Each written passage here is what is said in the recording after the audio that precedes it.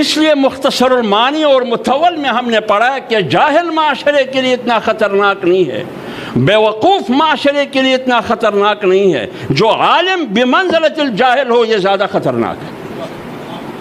اس لیے تو کہا جاتا ہے فساد العالم فساد العالم۔ اس لیے تو یہ مسئلہ ہے کہ جب امام کا وضو ٹوٹ جاتا ہے، نماز فاسد ہو جاتا ہے، تو پوری مجمع کی نماز فاسد ہو جاتی ہے۔ اس کو کہا جاتا ہے فساد العالم۔ تو جب آپ قیادت کریں گے قوم کی، آپ وارث نبی ہے، تو پھر یہ چیزیں اپنے آپ میں پیدا کریں، یہ ضروری ہے۔ اور اکبر کی بادشاہت آپ کے سامنے ہے۔ اکبر نے نئے دین ایجاد کیا، سارے علماء اکبر کے ساتھ بیٹھے تھے۔ آپ اتنی لمبی تقریر کرتے ہیں مفتی عبد الرحیم پر اور فلانا پر اور فلانا پر، بھائی اس کو کہہ دو کہ آپ اور ملا مبارک ناگوری میں کوئی فرق نہیں ہے۔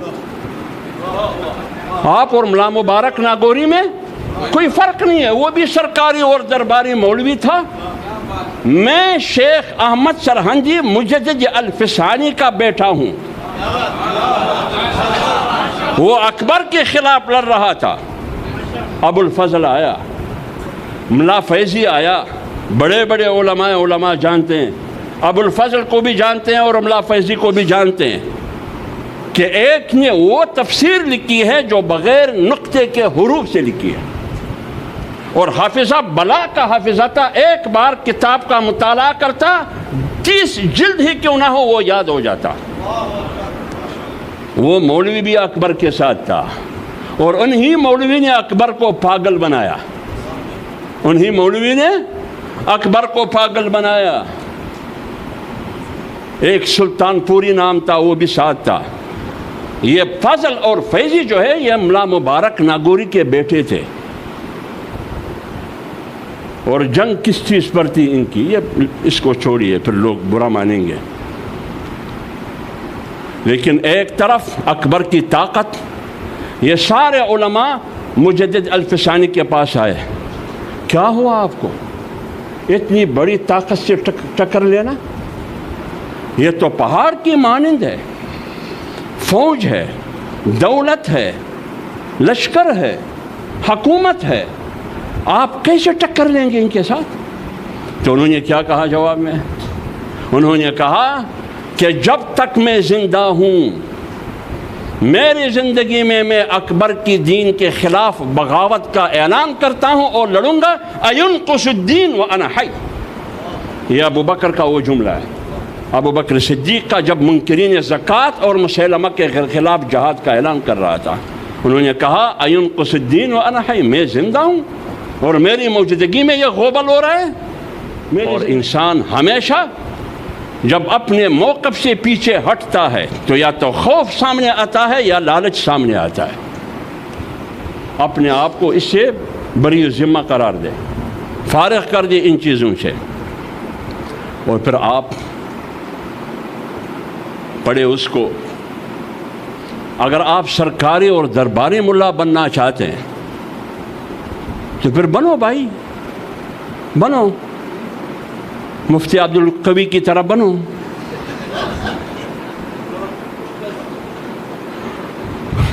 مفتی عبد القوی کی طرح بنو، کوئی ممانعت نہیں ہے۔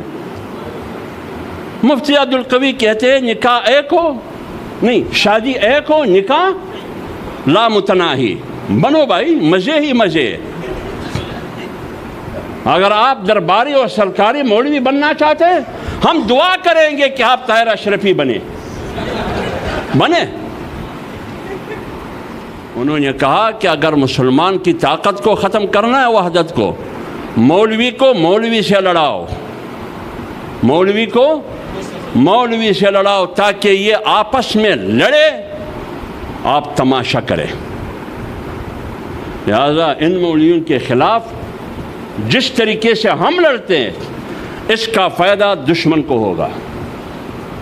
ہاں، لڑنے کا طریقہ ہے، صرف ان کو یہ کہو کہ آپ ملا مبارک ناگوری کی اولاد میں سے ہے، بس یہ کافی ہے۔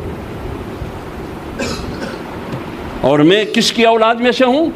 مجدد الفسانی کی اولاد میں سے ہوں۔ میں امام ابن تیمیہ کی اولاد میں سے ہوں، جنہوں نے ہلاکو اور چنگیز کو چیلنج کیا اور مجدد نے اکبر کو چیلنج کیا، اور سرکاری اور درباری ملا ان کے گود میں بیٹھے تھے۔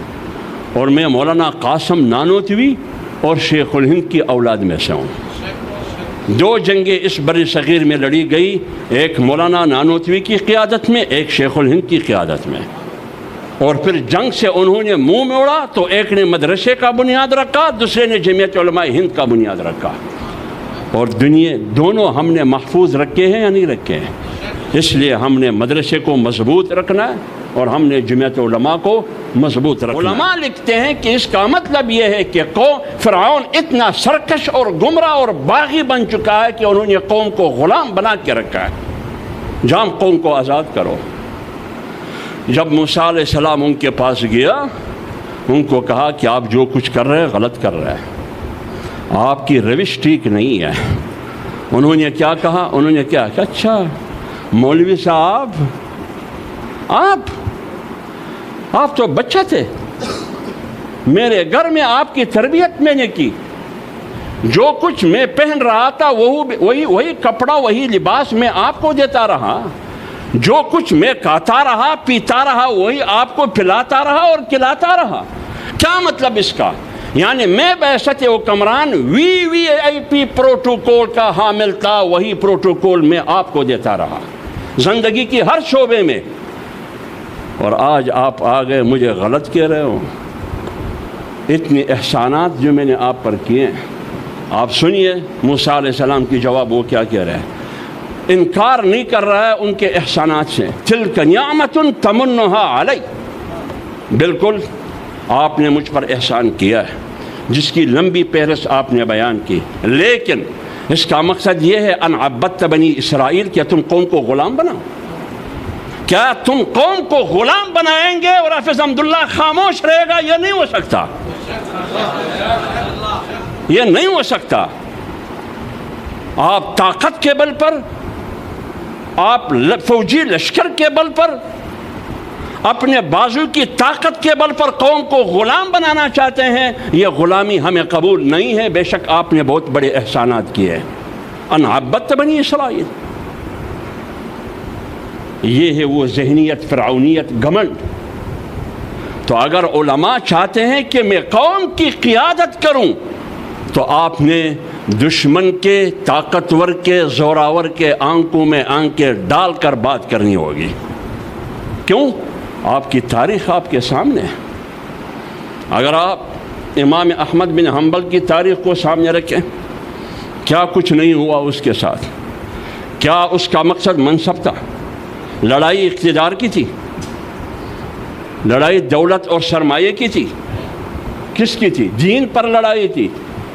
امام ابو حنیفہ رحمہ اللہ کی لڑائی وقت کے حکمران کے ساتھ دین پر تھی، دنیا پر تو نہیں تھی۔ اور جب چنگیز اور ہلاکو آئے بغداد میں، لاشوں کی ڈھیر انہوں نے کھڑی کی، کوئی آواز اٹھانے والا نہیں تھا ہلاکو اور چنگیز کے خلاف، لیکن ایک مولوی اٹھ کے کھڑا ہوا، امام ابن تیمیہ۔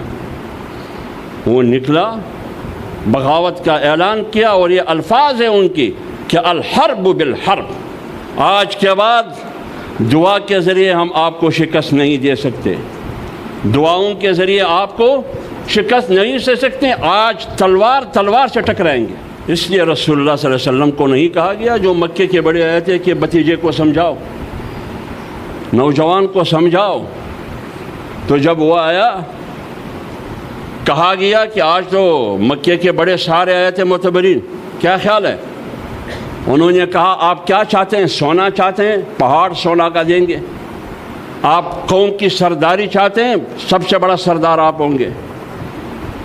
آپ کوئی خوبصورت لڑکی چاہتے ہیں؟ وہ بھی دیں گے۔ لالچ دی گئی نا، لالچ دی گئی، منصب کی بھی اور دولت کی بھی۔ ہاں اگر آپ پھر بھی باز نہیں آتے ہیں، پھر گلہ نہیں کرنا، ابھی بھی آپ کی وجہ سے معاف ہے۔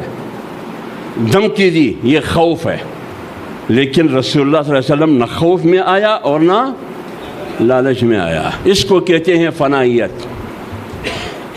امام ابو حنیفہ رحمۃ اللہ علیہ نہ لالچ میں آیا اور نہ خوف میں آیا، اس لیے انہوں نے منصب کے بجائے جیل کو ترجیح دی اور اس کا جنازہ جیل سے نکلا، اور ہم دعویٰ کرتے ہیں امام ابو حنیفہ کی۔ یہ ہمارے اور آپ کی تاریخ، تو فنائیت ہونی چاہیے۔ جب دین پر دشمن حملہ آور ہوگا، مجھے محسوس ہوا کہ دشمن دین پر حملہ آور ہے، دشمن مسجد نبوی پر حملہ آور ہے، پھر میں ملحمہ گوشت نوچنے والا ہوں، وَأَنَا الْقَتَّالُ، اور مجھ سے بڑھ کر کوئی جنگجو نہیں ہے۔ یہ ہے سیرت۔ تو یہ کہنا کہ میں کیا کر سکتا ہوں، میں حافظ صاحب کے خلاف لڑ سکتا ہوں، اس حافظ صاحب کا، میں حافظ صاحب کے خلاف لڑ سکتا ہوں، میں وزیر اعظم کے خلاف لڑ سکتا ہوں، ہاں میں لڑ سکتا ہوں، میں لڑ سکتا ہوں اور لڑوں گا۔